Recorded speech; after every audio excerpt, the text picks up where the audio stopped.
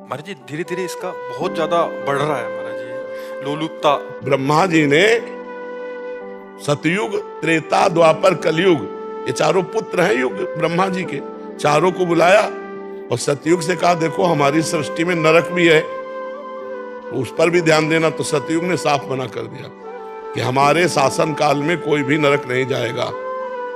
त्रेता से कहा तो त्रेता ने कहा बड़े भैया जैसे चलेंगे वैसे ही हम चलेंगे।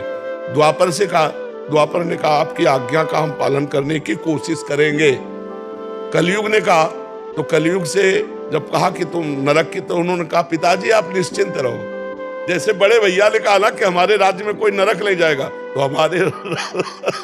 हमारे शासन काल में चूक हो जाए तो कोई स्वर्ग या भगवान को प्राप्त करे, सीधा नरक है, सीधा नरक। अब देखो नरक वाली बातें हो रही नहीं हो रही, बेईमानी, नाना प्रकार का छल कपट, सब जितने, कोई ऐसा बिरला होगा जो शराब न पीता हो, मांस न खाता हो, पराई स्त्री से व्यभिचार न करता हो।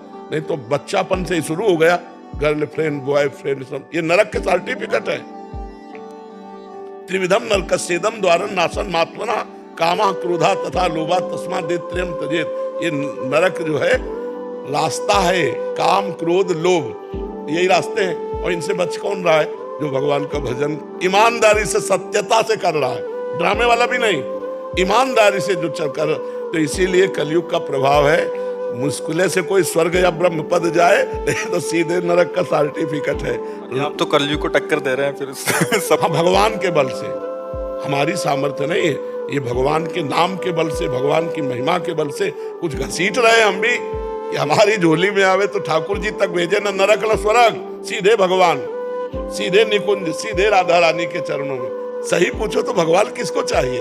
ये कोई बिरला चाहता है कि शरीर छूटे, इससे पहले मैं भगवान को प्राप्त हो जाऊं। इस आवागमन से मैं ऊब गया हूं, संसार के झूठे नकली प्यार से ऊब गया हूं। हे प्रभु मैं आपको प्यार करना चाहता हूं, आपको पाना चाहता हूं। ये कोई बिरला हृदय में होगा जो परम पवित्र होगा।